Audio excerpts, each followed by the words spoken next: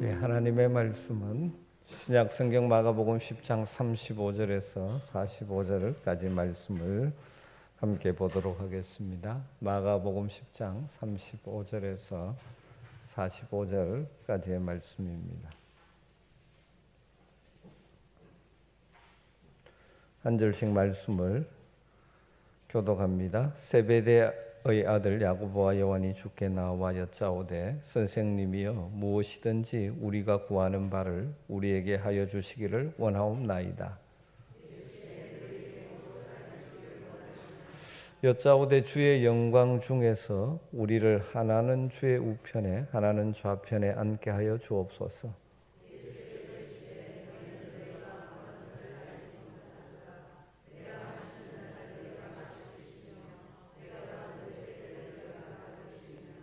그들이 말하되 할 수 있나이다. 예수께서 이르시되 너희는 내가 마시는 잔을 마시며 내가 받는 세례를 받으려느니와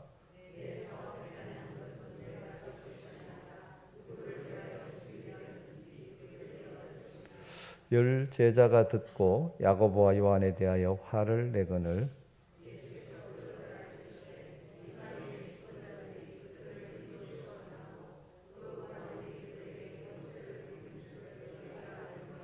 너희 중에는 그렇지 않을지니 너희 중에 누구든지 크고자 하는 자는 너희를 숨기는 자가 되고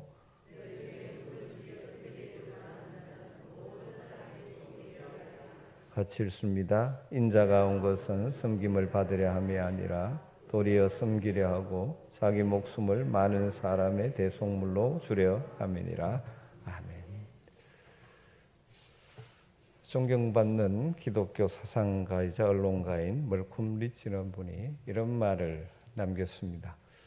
실용주의가 이 땅의 기독교인들에게 미치는 가장 커다란 영향이 있다면 그것은 오늘의 기독교인들에게서 참된 결단과 헌신을 빼앗아간 것이다. 그런 말을 했습니다. 이 시대에 크게 영향을 미치는 사상 가운데 하나가 실용주의죠. 내게 무엇이 유익한가를 중심으로 생각하는 방식. 이게 우리 그리스도인들에게 부정적인 큰 영향이 있는데 성도들에게 참된 결단과 헌신을 빼앗아가 버렸다는 것이죠. 이 말은 그가 살고 있던 그 당시 영국 교회 성도들이 선배 성도들에 비해서 결단하거나 헌신하지 않는 그 이유가 그 시대에 영향을 미친 실용주의 영향을 받아서 무엇이 내게 지금 유익한가를 먼저 생각하기 때문이라는 그런 의미죠. 여러분, 이런 현상은 이 시대 한국교회 그리스도인들에게 동일하게 나타나는 것 같습니다. 과거에 우리 믿음의 선배들은 손해를 보더라도 때로는 고난을 당하더라도 믿음의 방식으로 살기를 결단하고 헌신하기를 잘 했습니다. 1934년 일제치하에서 신사참배의 폭풍이 한국교회를 몰아칠 때 주기철 목사님은 평양신학교 사경회 강사로 초청을 받으셨습니다. 그때 주 목사님의 설교 제목이 그 유명한 일사각오였죠. 예수님을 따르는 사람은 죽기를 결심해야 한다. 죽으면 산다. 죽으면 부활의 영광이 있다. 그런 내용이죠. 사랑하는 성도 여러분, 주님은 우리가 주님을 따르는 제자로 살기를 원하십니다.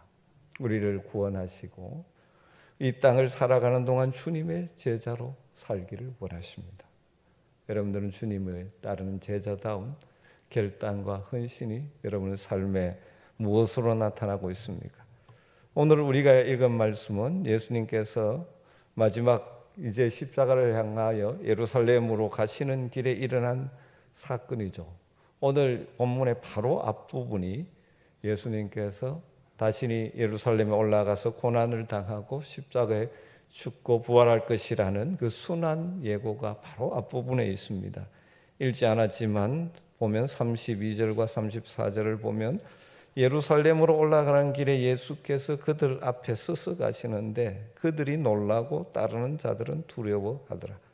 이에 다시 12 제자를 데리시고 자기가 당할 일을 말씀하여 이르시되 보라 우리가 예루살렘으로 올라가노니 인자가 대제사장들과 서기관들에게 넘겨지매 그들이 죽이기로 결의하고 이방인들에게 넘겨주겠고 그들은 능욕하고 침뱉으며 채찍질하고 죽일 것이나 그는 3일 만에 살아나리라 하시니라. 지금 예수님 예루살렘으로 올라가시면서 올라가면 자기 앞에 무슨 일이 일어날지 기다리고 있는지를 잘 아셨습니다. 그러면서도 그 길을 가셨습니다. 그리고 자기를 따라오는 제자들에게도 예루살렘에서 기다리고 있는 것들에 대한 결단과 각오가 동일하게 필요하다고 생각하셨습니다. 그래서 자연스럽게 제자들이 어떤 각오를 하고 주님을 따라야 할지를 이어지는 사건을 통해서 가르쳐 주시는 것이죠. 오늘 우리가 이 말씀을 통해서 우리가 믿음으로 주님을 따르는 제자의 삶을 살 때 우리에게 필요한 각오, 결단이 무엇일까 하는 세 가지를 정리해 보고 싶습니다. 여러분, 우리가 주님을 따른 제자의 길을 갈 때 첫 번째는 세상적인 영광을 포기할 각오를 해야 합니다. 세상적인 영광을 포기할 각오를 해야 합니다. 여러분, 왜 예수 그리스도를 믿으십니까? 그 질문에 대다수 성도들은 예수님을 믿고 구원받기 위해서라고 말할 것입니다. 그것은 아주 성경적인 신앙의 동기라고 할 수 있죠.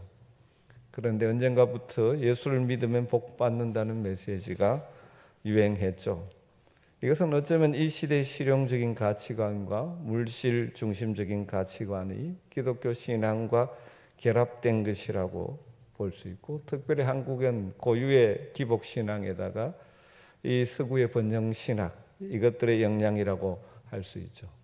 이 말씀은 예수를 믿으면 복 받는 것이 아니라 말이 절대 아니죠.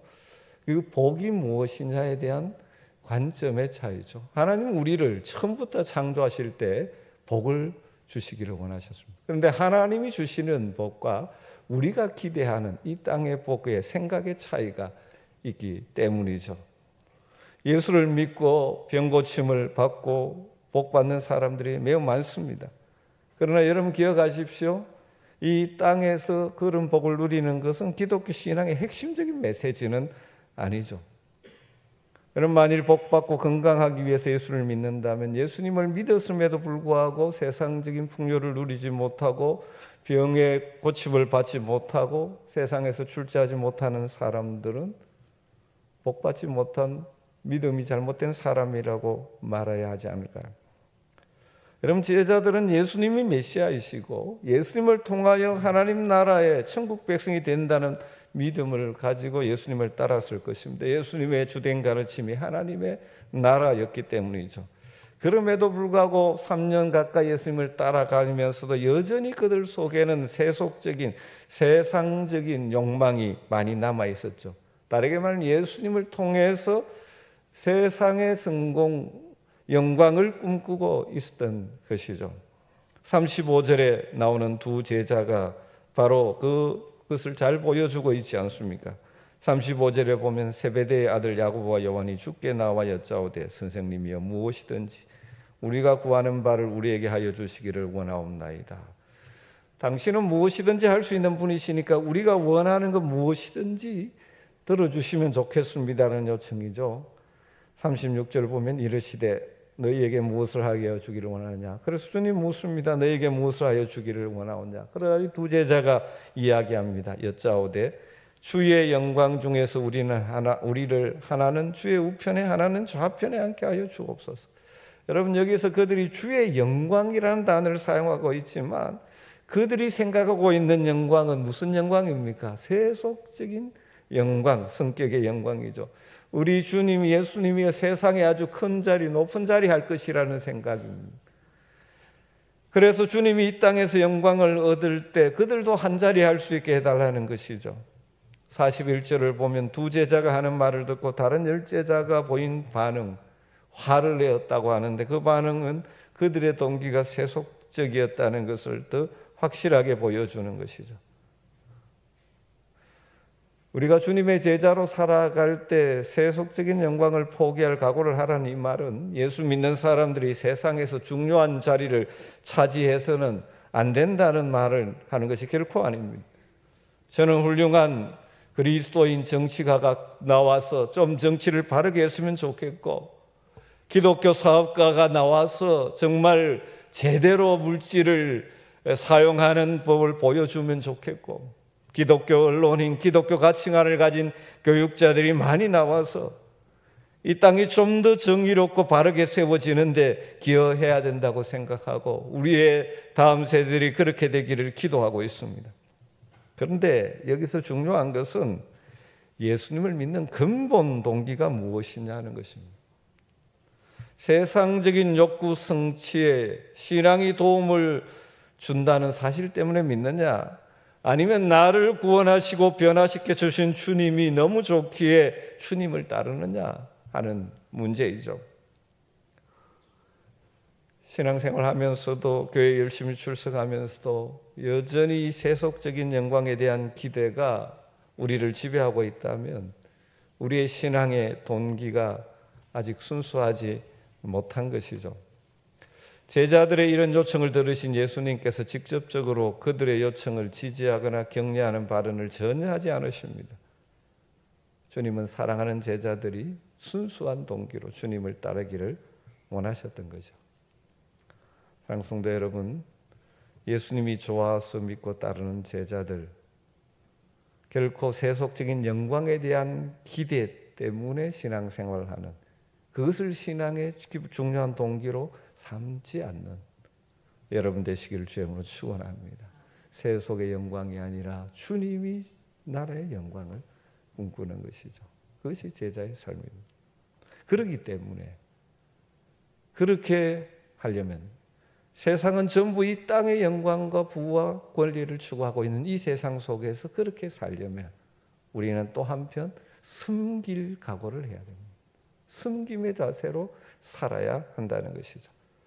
그래서 바로 이어지는 본문에서 예수님께서 주님을 따르는 자신이 걸어가고 주님의 제자들이 걸어가야 할 길은 결코 다른 사람을 지배하는 길이 아니라 숨기는 길이라고 가르치고 계시죠. 43절 말씀에 너희 중에는 그렇지 않을지니, 세상에는 그렇지만 너희 중에는 그렇지 않을지니, 너희 중에 누구든지 크고자 하는 자는 너희를 숨기는 자가 되고.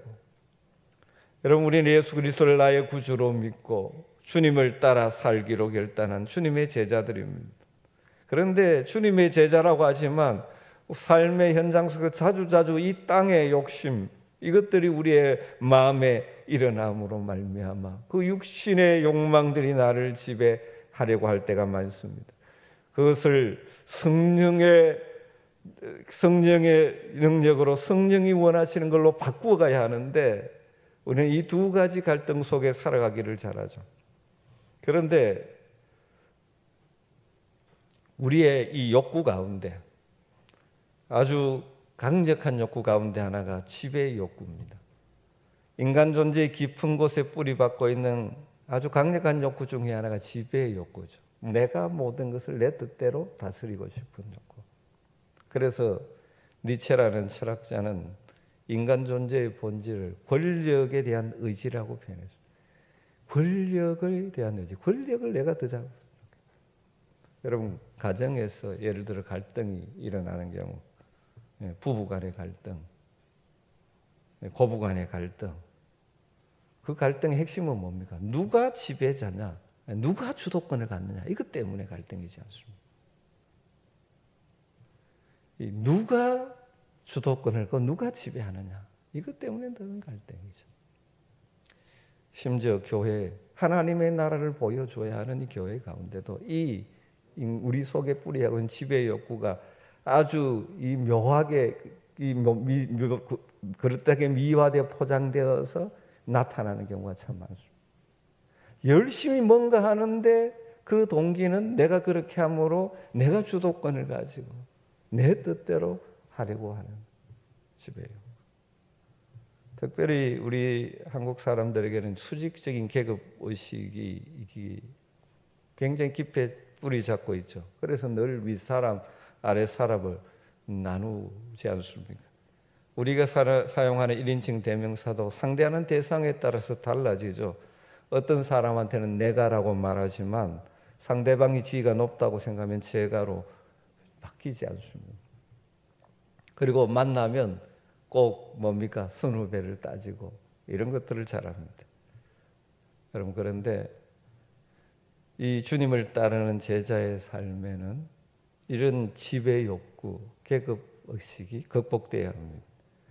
그렇다고 책임 있는 자리를 없애야 하고 책임 있는 자리에 우리 그리스도인들이 앉지 말아야 된다는 말이 결코 아니죠.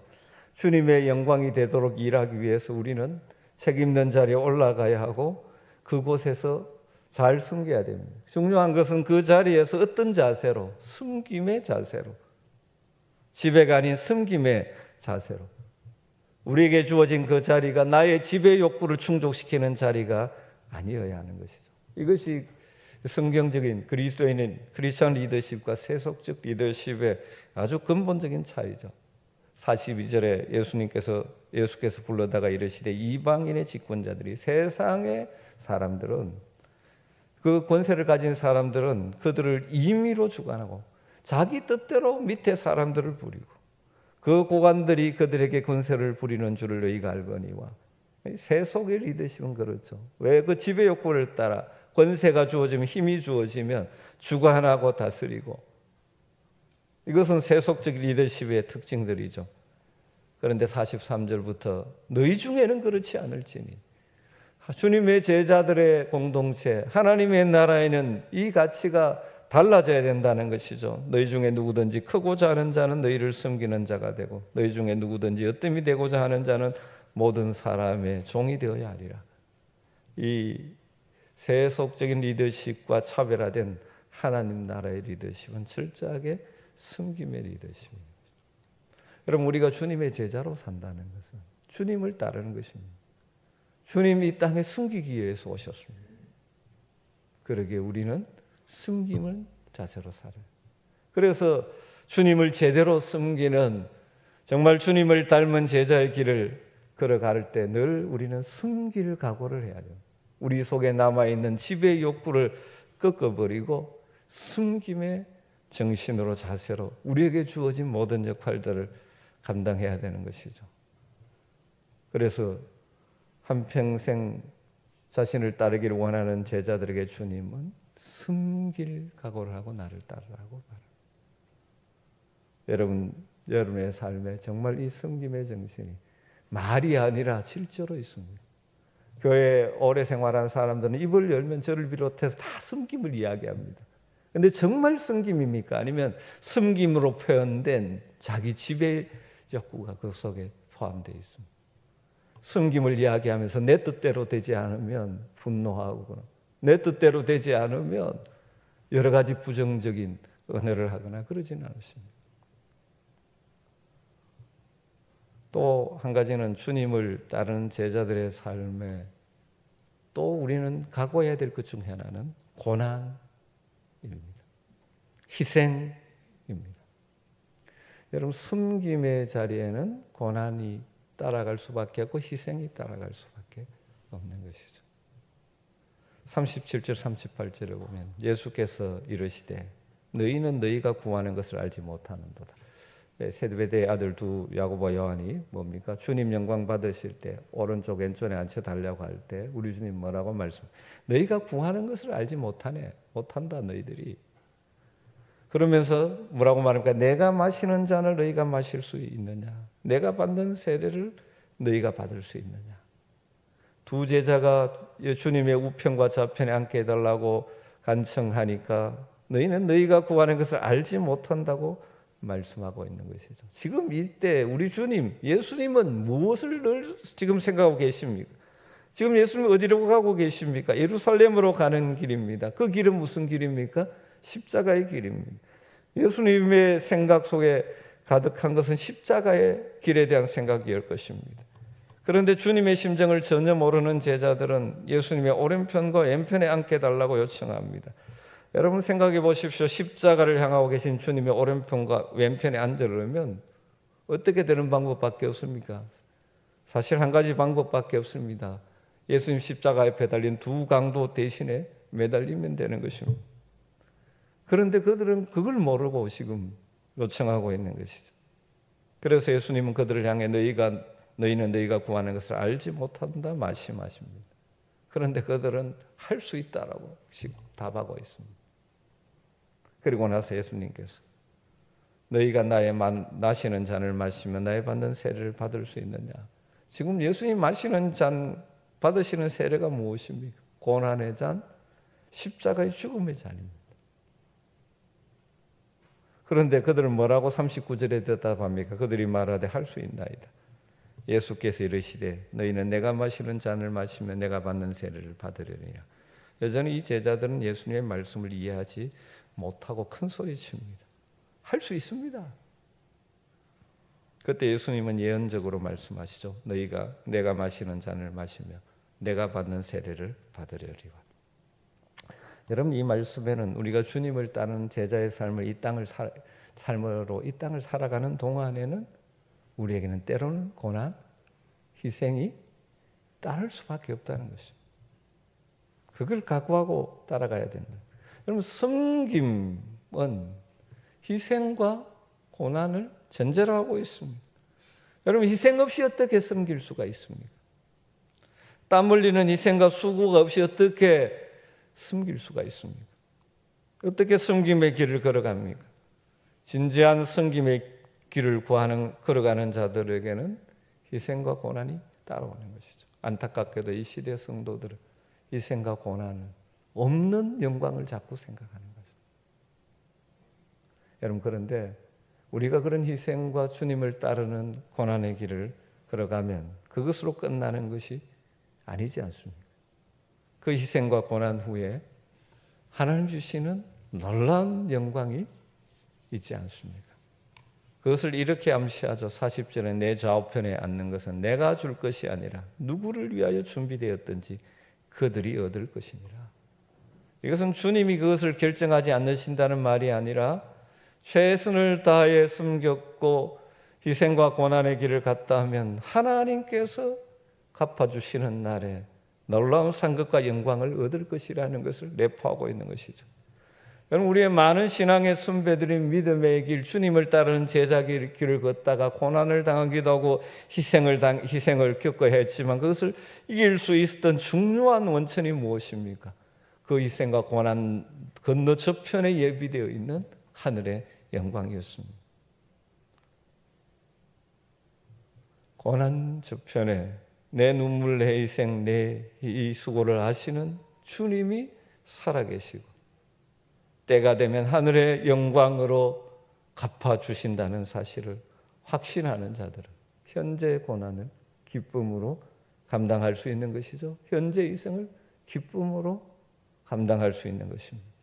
그래서 우리의 신앙의 중요한 요소는 장차올 영광을 소망하는 것이죠. 여러분, 우리 주님이 고난당하셨듯이 주님의 자녀된 그 우리들의 삶에는 고난과 영광을 함께 상속한 자들이에요. 우리의 믿음의 길, 이 땅 여전히 타락한 가치관이 가득 차 있는 세상의 영광을 추구하는 것으로 가득 찬 이 땅을 우리 하나님 나라의 영광을 구하며 살아가는 자들 속에는 어쩔 수 없는 고난과 희생의 현실이 있을 수밖에 없죠. 그러나 순간순간 주님께서 우리의 삶을 책임져 주시고 그리고 그 너머 이 고난과 비교할 수 없는 영광을 예비하고 계시는 것이죠. 그래서 로마서 8장 18절에 성경은 말하죠. 생각하건대 현재 고난은 장차 우리에게 나타날 영광과 비교할 수 없도다. 오늘 어쩌면 좀 무거운 말씀을 여러분에게 드립니다. 이 말씀을 들으면서 주님의 제자의 길을 내가 갈 수 있을까? 라는 생각을 하시는 분이 있으십니까? 우리의 힘으로는 불가능합니다. 그러나 주님 도와주시면 성령께서 함께 하시면 우리는 그 길을 기쁨으로 걸어갈 수 있는 줄로 믿습니다. 이 세속적인 영광을 추구했던 두 제자 야고보와 요한, 그들도 오순절 성령의 충만함을 받은 이후에 그들의 인생의 마지막이 어떻게 아름답게 마무리된 줄 우리는 알고 있지 않습니까? 야고보는 12제자 가운데 최초의 순교자가 되었습니다. 요한은 12명의 제자 가운데 가장 오랫동안 이 땅에 살았습니다. 아주 대조적인 최후를 맞았습니다. 요한은 95세가 넘도록 살았고 밤모섬에서 기도하면서 하늘의 계시를 받고 요한계시록을 기록했습니다. 야고보는 일찍이 순교하면서 세상을 떠났고 또 한 사람 요한은 세상을 끝까지 남아서 살아있는 순교자로 교회를 지켰습니다. 여러분, 우리가 얼마나 오래 사느냐 하는 것이 중요하지 않습니다. 중요한 것은 우리가 얼마나 영광스럽게 우리의 생애를 마감할 수 있느냐 하는 것입니다. 각자가 걸어가는 삶의 길은 다 다르지만 각자에게 맡겨진 사명을 이루기 위해서 후회 없이 살다가 영광스럽게 우리의 인생을 마감할 수 있으면 얼마나 좋겠습니까? 사랑하는 성도 여러분, 주님께서 우리를 부르시고 영광스러운 하늘 백성 삼아주시며 이 땅을 살아가는 동안 주님의 제자답게 살기를 우리에게 기대하고 계십니다. 그리스도의 제자답게 살아가기 위해서 우리는 세상의 영광이 아니라 하늘의 영광을 늘 사모하며 사셔야 할 줄로 믿습니다. 그렇기 때문에 우리는 지배하려고 하는 것이 아니라 숨길 각오로 살아가야 할 것입니다. 그리고 때로는 그 길에 고난이 있고 희생이 있고 손해보는 것 같더라도 우리는 기쁨으로 그 길을 주님과 함께 걸어가는 것입니다. 그 길 끝에는 우리 주님 두 팔 벌려 환영하시며 고난을 뛰어넘은 놀라운 영광으로 우리를 맞아 주실 것입니다. 우리가 이렇게 주님 따르게 될 때 우리의 걸음 뒤에는 자연스럽게 우리 주님의 뜻, 하나님의 뜻이 이루어지는 다양한 열매들을 남기게 될 줄로 믿습니다. 이 길이 때로는 힘들고 어렵지만 마지막 영광의 길일 뿐만 아니라 정말 가치 있는 것들을 남기는 길이죠. 여러분, 신앙생활에서 단순히 편하게 살려고 하지 마십시오. 편하게 살면서 주님을 위하여 남긴 것이 아무것도 없다면 얼마나 부끄러운 구원이 될 수밖에 없겠습니까? 여러분, 기쁨으로 여러분에게 주신 사명, 현재 여러분이 감당해야 될 여러 가지 일들을 때로는 힘들고 어렵고 때로는 손해보는 것 같지만 함께 하시는 주님, 성령님 의지하여 한 걸음 한 걸음 잘 달려가는 저와 여러분 될 수 있기를 주님으로 축원합니다. 우리 주님이 이런 삶을 사시고 주님의 제자로 우리가 이런 삶을 살기를 우리 주님은 우리에게 초청하십니다. 45절 우리 주님 이렇게 말씀하죠. 인자가 온 것은 섬김을 받으려 함이 아니라 도리어 섬기려 하고 자기 목숨을 많은 사람의 대속물로 주려 함이니라. 우리 주님 그렇게 하셔서 우리가 놀라운 구원을 얻었습니다. 주님을 따르는 우리들 역시 섬김을 받으려 하는 것이 아니라 섬기려 하고, 그래서 우리의 섬김을 통해서 또 다른 사람들이 생명을 얻게 되고 풍요를 얻게 되고 하늘의 놀라운 복을 누리게 되는 축복의 통로로 살아갈 수 있기를 간절히 소망합니다. 오늘 이 말씀 붙들고 같이 기도하면 좋겠습니다. 저도 이렇게 설교하지만 자꾸 우리 마음속에는 편한 길을 찾기를 원하고 땅에서 영광을 자꾸 얻기를 원하는 마음들이 참 많이 있습니다. 주님을 믿는 것을 통하여 이 땅의 영광을 얻겠다는 것이 아니라 하나님 어떤 자리 주시든지 간에 그곳에서 섬김의 자세로 주님의 영광을 드러내며 주님의 뜻을 이루는 제자의 길을 걸어가기를 원합니다. 성령님 나를 도와주시고 날마다 필요한 힘과 지혜를 허락하여 주시옵소서. 섬기는 자를 높이시는 하나님 나라의 질서를 제대로 이해하고 섬김을 받고 지배하려고 하기보다는 섬기는 삶으로 채워가게 하여 주시옵소서. 장차 우리에게 주실 놀라운 그 영광을 바라보며 현재 믿음으로 살고 주의 교회를 섬길 때 내가 감당해야 될 희생과 고난과 여러 가지 것들을 기쁨으로 감당하며 주님을 따르는 주의 제자의 길을 걷게 하여 주시옵소서. 이 말씀에 근거해서 여러분 마음속에 성령이 주시는 도전을 붙들고 내 힘으로는 할 수 없지만 주의 영이 나를 붙드심으로 이 아름다운 믿음의 길을, 제자의 길을 걸어가게 하여 주시옵소서. 우리 한번 같이 기도하도록 하겠습니다. 기도합니다. 하나님, 우리에게 말씀으로 도전해 주심을 감사합니다. 주님 우리를 부르시고 우리를 살리시고 우리를 위하여 죽는 자들이 살아가는 세상 가운데 세상에 물들지 않고 주님을 따르고 주님의 제자의 길을 걸어가며 우리에게 도전하시고 내가 섬기는 삶을 살았는데 내가 섬기는 삶을 살았는데 예수님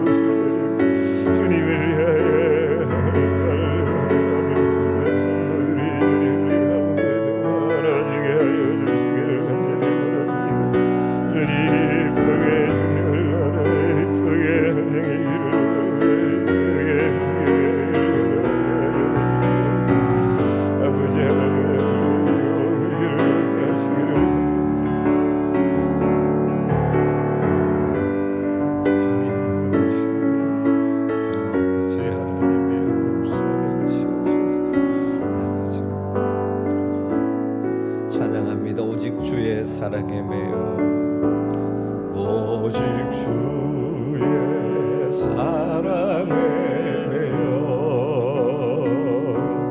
내 영 기뻐 노래합니다. 이 소망의 언덕 기쁨의 땅에서 사랑들이 오직 주의 임재 안에 갇혀 오직 주의 임재 안에 갇혀 내 영 기뻐 찬양합니다. 이 소명의 언덕 거룩한 땅에서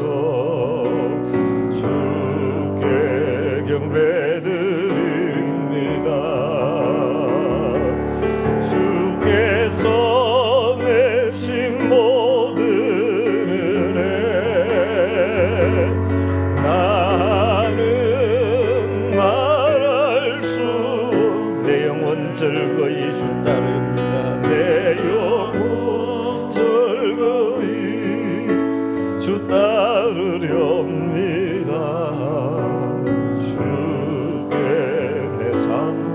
한 번 더 찬양하죠. 오직 주의 사랑에 매여 오직 주의 사랑에 매여 내 영 기뻐 노래합니다. 이 소망의 언덕 기쁨의 땅에서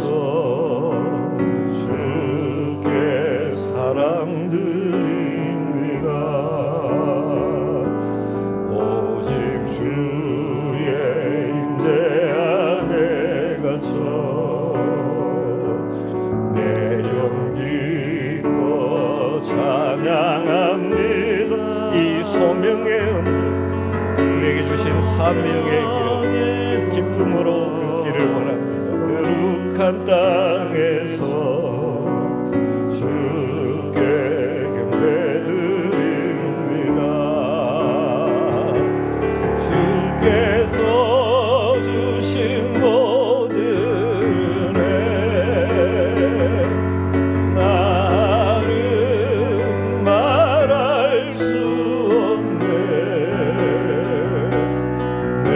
영혼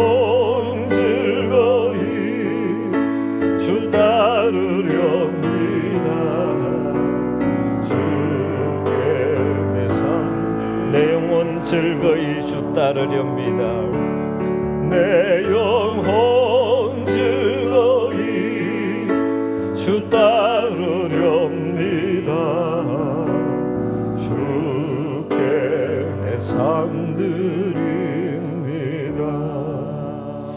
아멘. 계속해서 기도할 때 이번 주 공동 기도 제목을 따라 기도하십시다. 주일 말씀을 생각하면서 우리에게 서로 받으라고 말씀합니다. 비판하지 말고 업신여기지 말고 서로 받고 용납하고 서로 세워주는 복된 교회 공동체 되게 하여 주시옵소서. 우리 그런 성숙한 성도들 되게 해달라고 같이 기도하고요.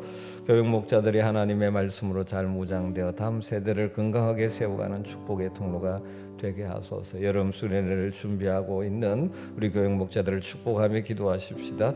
모든 성도들이 삶으로 복음을 전하며 마음에 품은 영혼들을 하나님께로 돌아온 은혜를 경험하게 하소서. 여름 품고 있는 대신자를 위해 하나님 그들이 돌아오게 해달라고 생명의 열매를 맡게 해달라고 오늘 이 공동기도 제목을 따라 같이 한번 또 마음을 모아 기도하도록 하겠습니다. 같이 기도합니다. 아버지 하나님 주의 말씀을 다시 한번 기억합니다.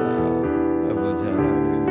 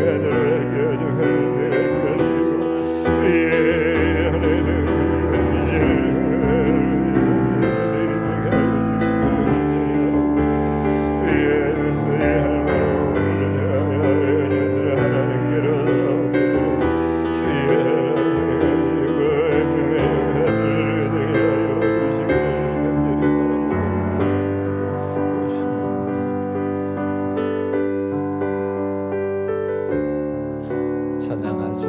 당신이 지쳐서 기도할 수 없고 당신이 지쳐서 기도할 수 없고 눈물이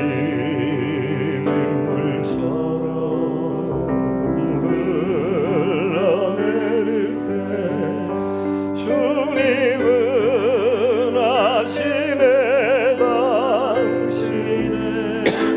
약함을 사랑으로 돌봐주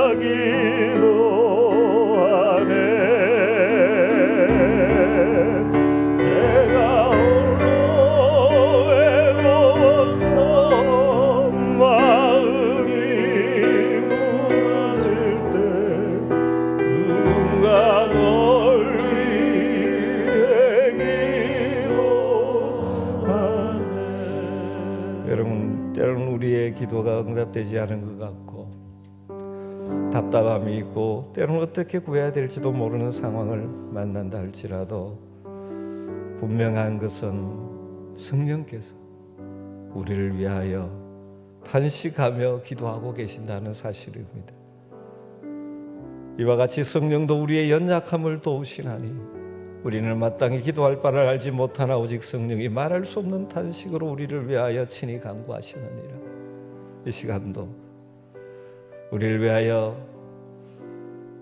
기도하시는 성령님을 의지하면서 여러분의 약함, 여러분의 답답함, 여러분의 눈물, 여러분의 아픔, 여러분의 연약함들을 올려드리도록 기도로 올려드리십시다. 그리고 또 한편 우리 주변에 연약함 가운데 있는 자들을 가슴에 품고 우리도 그들을 위하여 기도함으로 우리의 기도의 숨김을 통하여 그들 가운데 위로와 회복의 역사가 일어나기를 여러분의 기도 제목과 여러분 주변 목장 식구들 주변의 연약한 자들을 품고 성령을 의지하며 우리 같이 기도하는 시간을 갖도록 하겠습니다. 주님의 이름 한번 부르고 기도하겠습니다. 주여, 주여,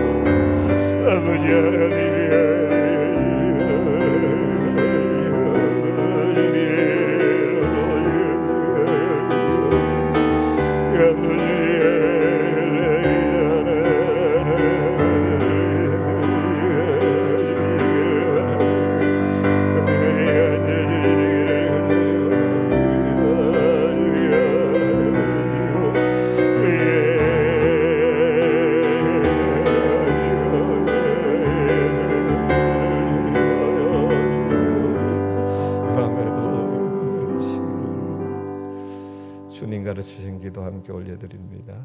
하늘에 계신 우리 아버지여, 이름이 거룩히 여김을 받으시오며 나라에 임하오시며 뜻이 하늘에서 이룬 것 같이 땅에서도 이루어지이다.